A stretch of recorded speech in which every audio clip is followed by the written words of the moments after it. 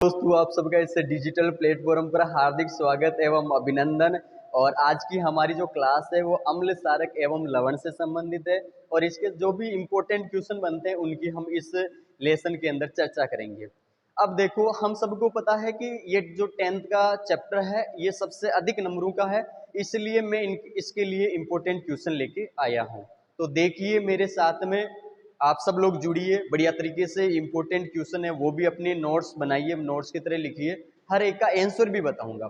तो देखो, सबसे पहले अम्ल सारक एवं लवण वाले जो मैं बात कर लेता हूं, अम्ल से संबंधित जो भी क्वेश्चन बनते हैं। जैसे कि पहला क्वेश्चन बनता है अम्ल के गुणों के बारे में। अम्ल के गुण लिखिए, सीधा सीधा क्वेश्चन पूछा जा सकता है, अम्ल के गुण लिखिए।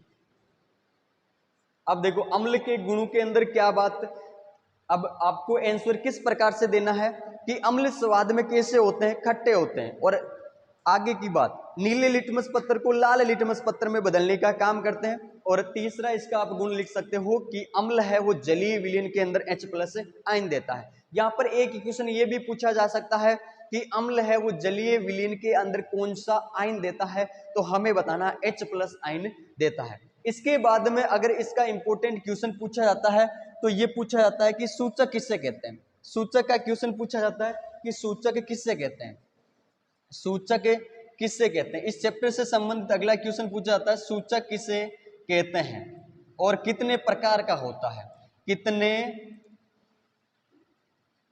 प्रकार का होता है, ये क्वेश्चन पूछा जाता है। तो सूचक किससे कहते हैं, ऐसे पदार्थ जो अम्ल और सारक की सूचनाओं के बारे में व्यक्त करते हैं उसे सूचक कहा जाता है। कितने प्रकार के होते हैं, 3 प्रकार के होते हैं, प्राकृतिक सूचक, गंधीय सूचक। और अगला क्वेश्चन होता है, अगला है आपके प्राकृतिक हो गया, संश्लेषित हो गया और गंधीय सूचक हो गया। या कभी कभी सीधा क्वेश्चन पूछा जाता है कि जैसे कि क्वेश्चन ये पूछा जा सकता है कि लिटमस है, लिटमस है, पेंटुनिया है, ये एक प्रकार का किस प्रकार का सूचक है। लिटमस एक प्रकार का, या लिटमस किस प्रकार का सूचक है, किस प्रकार का सूचक है। तो इसका आंसर क्या हो जाएगा, इसका आंसर हो जाएगा ये एक प्रकार का प्राकृतिक सूचक है। तो आपको हर एक प्रकार के उदाहरण आने चाहिए। जैसे कि मैं बात बताऊं आपको, जैसे कि प्याज और वेनिला है, ये किस प्रकार के सूचक होते हैं, प्याज और वेनिला है, ये गंधीय सूचक होता है। उसके बाद में मेथिल और ऑरेंज और फिनोल फेथेलिन है, ये होते हैं आपके संश्लेषित सूचक, या इनको हम कृत्रिम सूचक भी बोल सकते हैं। लिटमस हो गया, पेंटुनिया हो गया, जेरानियम हो गया, ये सारे के सारे किस प्रकार के सूचक होते हैं, ये प्राकृतिक सूचक होते हैं। ये इस प्रकार का क्वेश्चन पूछा जा सकता है। अगला देखो, चौथा आपको लिखना है कि सारक के गुण लिखो, सारक के गुण लिखो, गुण लिखो, ये क्वेश्चन पूछा जा सकता है। अम्ल के गुण लिखो, सारक के गुण लिखो। अब सारक के गुण के अंदर क्या लिखना है, सारक स्वाद में कैसा होता है, सारक होता है आपके कड़वा, और लाल लिटमस पत्र को नीले लिटमस पत्र में बदलने का काम करता है, और जलीय विलयन के अंदर OH- आयन देता है। ये हमारा यहां तक एक बार नॉर्मल जो क्वेश्चन पूछे जाते हैं आपके इस अम्ल और सारक के संबंधित। अब देखो डीपली क्वेश्चन क्या, ये तो नॉर्मल है, पाठ परिचय के क्वेश्चन है। अब डीपली क्वेश्चन क्या पूछे जा सकते हैं, एक बार इन चारों क्वेश्चनों को आप लिख लीजिए कि अम्ल के गुण लिखिए, सूचक किससे कहते हैं, कितने प्रकार के होते हैं, लिटमस किस प्रकार का सूचक है, तो आपको यहाँ पे सूचक का नाम बताना है। उसके बाद में सारक के गुण लिखो। ये 4 क्वेश्चन हो गए अभी तक आपका जो पाठ परिचय, उसमें से जो भी क्वेश्चन बनते हैं ये 4 प्रकार के क्वेश्चन बनते हैं। अब जो आपकी जो एनसीईआरटी की बुक है उसमें अम्ल और सारक के रासायनिक गुणधर्म है, उसमें से जो भी क्वेश्चन बनता है मैं उसको आपके सामने लिख रहा हूं। अब देखिए अगला क्वेश्चन क्या बनता है, अगला क्वेश्चन बनता है कि अम्ल के रासायनिक गुणधर्मों के अंदर बनता है कि जैसे कि कोई भी अम्ल है, HCl अम्ल है, ये अगर कोई भी धातु कार्बोनेट के साथ अभिक्रिया करता है तो इसमें क्या उत्पाद का नाम लिखिए। तो आपको इस प्रकार से डैश करके उत्पाद लिखो, तो आपको उत्पाद बताना, उत्पाद लिखो, तो उत्पाद क्या बनेगा। तो यहाँ पे जैसे कि आप बता सकते हो कि NaCl + CO2 + H2 उत्पाद बनता है, ये बता सकते हो। इसी प्रकार से ये तो धातु कार्बोनेट का, जैसे धातु हाइड्रोकार्बोनेट उत्पाद तो यही बनता है, लेकिन उत्पाद पूछा जा सकता है सीधा सीधा इस प्रकार से क्वेश्चन पूछा हुआ है, HCl प्लस NaHCO3, ये हो गया धातु हाइड्रोकार्बोनेट, तो उत्पाद तो यही बनता है, तो इस प्रकार से उत्पाद इनका पूछा जा सकता है। ये मैं अम्ल के रासायनिक गुणधर्मों से जो भी क्वेश्चन बन रहा है उनकी मैं बात कर रहा हूं। फिर देखो यहां पे एक इंपॉर्टेंट क्वेश्चन क्या बनता है, उसके बाद में क्वेश्चन बनता है कि धातु की अभिक्रिया, धातु की अभिक्रिया अम्ल के साथ करवाने पर, अम्ल के साथ करवाने पर कौन सी गैस उत्सर्जित होती है, उत्सर्जित होती है। तो गैस का नाम बताना है और साथ में उस गैस की जांच किस प्रकार से की जाती है, उस गैस की जांच किस प्रकार से की जाती है, ये भी इंपॉर्टेंट क्वेश्चन है। यहाँ पे तुम सबको पता है, मैं एक बार नॉर्मल बता देता हूँ, Zn है, जिंक धातु है, H2SO4 है, तो ZnSO4 प्लस H2 गैस निकलती है। ये आपका क्वेश्चन था। दानेदार जिंक को जब सल्फ्यूरिक अम्ल के अंदर डाला जाता है तो जिंक सल्फेट का निर्माण होता है और हाइड्रोजन गैस उत्सर्जित होती है। ठीक है, अब हाइड्रोजन गैस उत्सर्जित होती है, अब इसकी जांच किस प्रकार से करेंगे, हाइड्रोजन गैस को जब साबुन के विलयन से गुजारा जाता है तब क्या बनते हैं, बुलबुले निकलते हैं, और उन्हीं बुलबुलों के पास में जब जलती हुई मोमबत्ती ले जाने पर उसमें फटफट के दौड़ने की आवाज निकलती है। तो ये सारा का सारा क्या हो गया, अभी हम धातु, ये अम्ल के रासायनिक गुणधर्मों में से जो भी क्वेश्चन बन रहा है उनकी बात कर रहे हैं। तो आगे का जो क्वेश्चन बनेगा वो इस प्रकार से बनेगा, ये एक बार लिख लीजिए कि अम्ल की अभिक्रिया धातु कार्बोनेट के साथ, तो आपको उत्पाद बताना है। अम्ल की अभिक्रिया धातु हाइड्रोकार्बोनेट के साथ, तो आपको अभिक्रिया, ये आपको उत्पाद बताना है। धातु की अभिक्रिया अम्ल के साथ करवाने पर कौन सी गैस उत्सर्जित होती है, उस गैस का नाम बताना है और जांच कैसे की जाती है, ये सारा का सारा आपको बताना है। ये हाइड्रोजन गैस उत्सर्जित होती है, इसके बारे में ये अगर आपने लिख लिया है तो मैं आगे आपके चर्चा कर रहा हूं।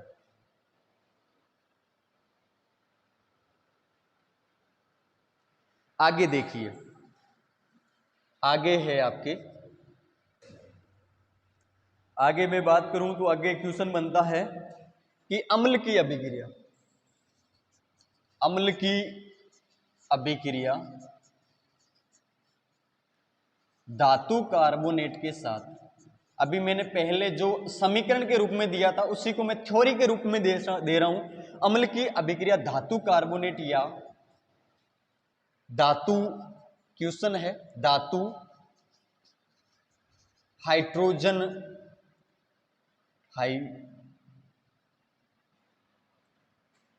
धातु हाइड्रोजन कार्बोनेट या हाइड्रोकार्बोनेट भी बोला जा सकता है। अम्ल की अभिक्रिया धातु कार्बोनेट या धातु हाइड्रोकार्बोनेट के साथ करवाने पर बनने वाले उत्पाद का उत्पाद लिखिए, बनने वाले उत्पाद लिखिए, बनने वाला उत्पाद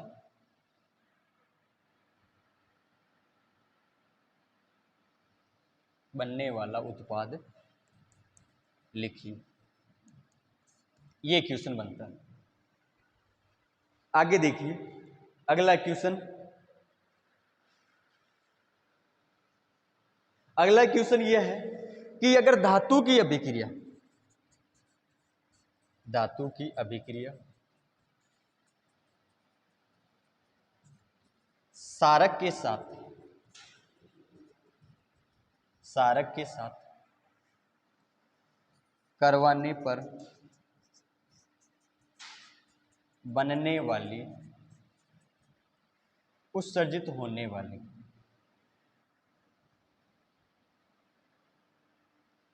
के साथ करवाने पर अभिक्रिया, क्षारक के साथ करवाने पर, धातु की अभिक्रिया क्षारक के साथ करवाने पर उत्सर्जित गैस का नाम बताओ। गैस का नाम लिखो। ये क्वेश्चन यहां से क्षारक के रासायनिक गुणधर्म से बनता है। इसके बाद आगे मैं बताऊं कि धातु ऑक्साइड की प्रकृति कैसी होती है। अगला क्वेश्चन यहां तक आपने लिख लिया एक बार कि अम्ल की अभिक्रिया धातु कार्बोनेट या धातु हाइड्रोकार्बोनेट के साथ करवाने पर बनने वाले उत्पाद लिखिए। उसके बाद में धातु की अभिक्रिया क्षारक के साथ करवाने पर उत्सर्जित गैस का नाम लिखिए। ये यहां तक हो गया अम्ल और क्षारक के रासायनिक गुणधर्मों से संबंधित जो भी क्वेश्चन बन रहा था उसको मैंने करवा दिया। अब देखो वेरी वेरी इंपॉर्टेंट जो क्वेश्चन बनता है, पूछा हुआ भी है पिछले बार के एग्जाम के अंदर पूछा हुआ क्वेश्चन है, मैं एक बार उसको बता रहा हूं। ये तो वही है, धातु की अभिक्रिया क्षारक के साथ करवाने पर ये तो जैसे उसमें अम्ल के साथ निकल रही थी, एक बार ये भी बता देता हूं, Zn है प्लस NaOH, तो ये हो जाएगा sodium zincate NaZnO2 plus H2, hydrogen gas उत्सर्जित होती है। अब देखिए आगे का क्वेश्चन कि धातु ऑक्साइड की प्रकृति कैसी होती है। धातु ऑक्साइड की प्रकृति कैसी होती है, तो सबको पता है कैसी होती है, क्षारीय। यहां पे अगला क्वेश्चन, ए धातु ऑक्साइड की प्रकृति कैसी होती है, तो ये भी सबको पता है अम्लीय होती है। भाई धातु ऑक्साइड की प्रकृति कैसी होती है, क्षारीय, और ए धातु ऑक्साइड की प्रकृति कैसी होती है, अम्लीय। ग्लूकोज एवं एल्कोहल विद्युत का चालन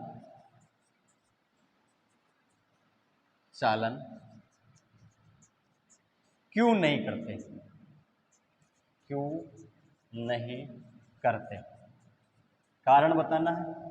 यहां पर क्यों, क्योंकि उसमें H प्लस आयन उपस्थित नहीं होते। हाइड्रोजन तो होते हैं दोनों के अंदर, जैसे कि यहां पे इसका सूत्र क्या होता है C6H12O6, इसका क्या होता है CH3 CH2OH। इनके अंदर हाइड्रोजन तो है लेकिन इसमें आयन उपस्थित नहीं होने की वजह से ये विद्युत का चालन नहीं करते। जैसे कि आप यहां पे क्वेश्चन ऐसे भी पूछा जा सकता है कि अम्ल का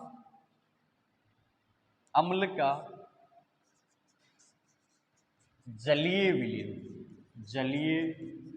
विलयन विद्युत का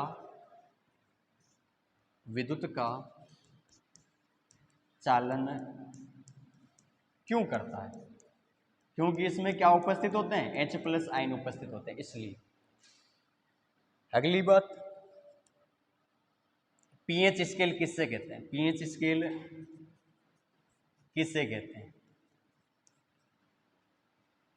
ये भी वेरी इंपॉर्टेंट क्वेश्चन है। पीएच स्केल किससे कहते हैं, क्योंकि मैं आपको बताऊं पीएच स्केल की परिभाषा, तो किसी जलीय विलयन में हाइड्रोजन आयन की सांद्रता ज्ञात करने के लिए जिस स्केल का प्रयोग किया जाता है उसे पीएच स्केल कहते हैं, जिसमें पी का मतलब क्या होता है, पी का अर्थ क्या होता है, पुषांश, जिसका अर्थ होता है शक्ति, ये भी आप लिखोगे। इसके बाद में अगला, हमारे शरीर का, हमारा शरीर, ये ऐसे भी लिख सकते हो, हमारा शरीर किस पीएच प्रास के मध्य काम करता है, हमारा शरीर किस पीएच प्रास के मध्य कार्य करता है,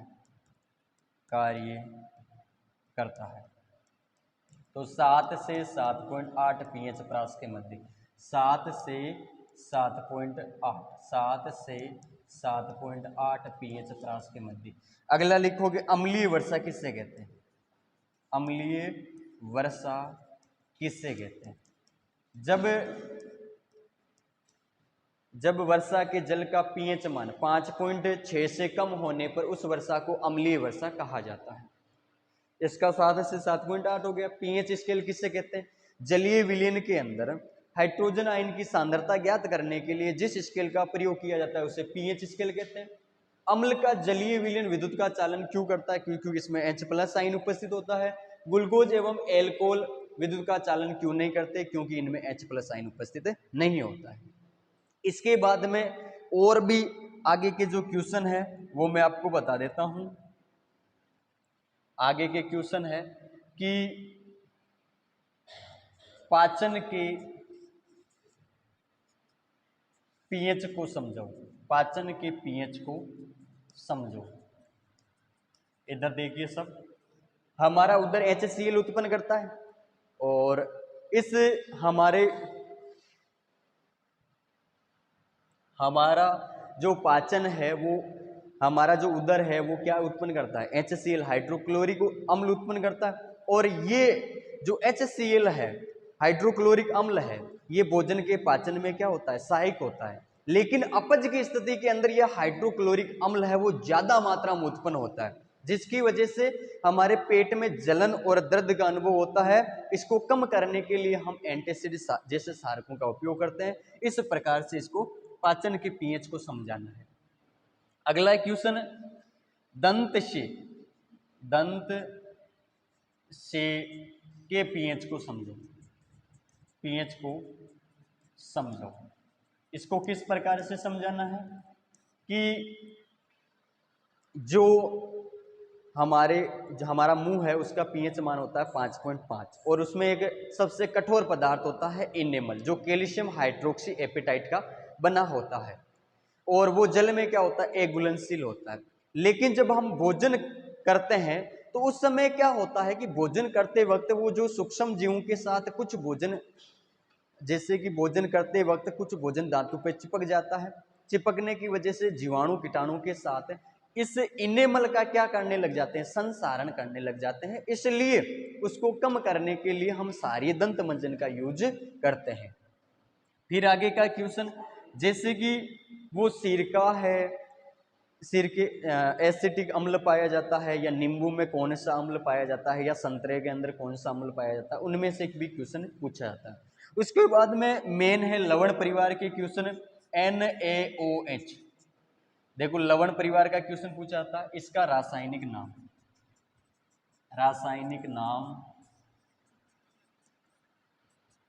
रासायनिक सूत्र तुम्हारे सामने है।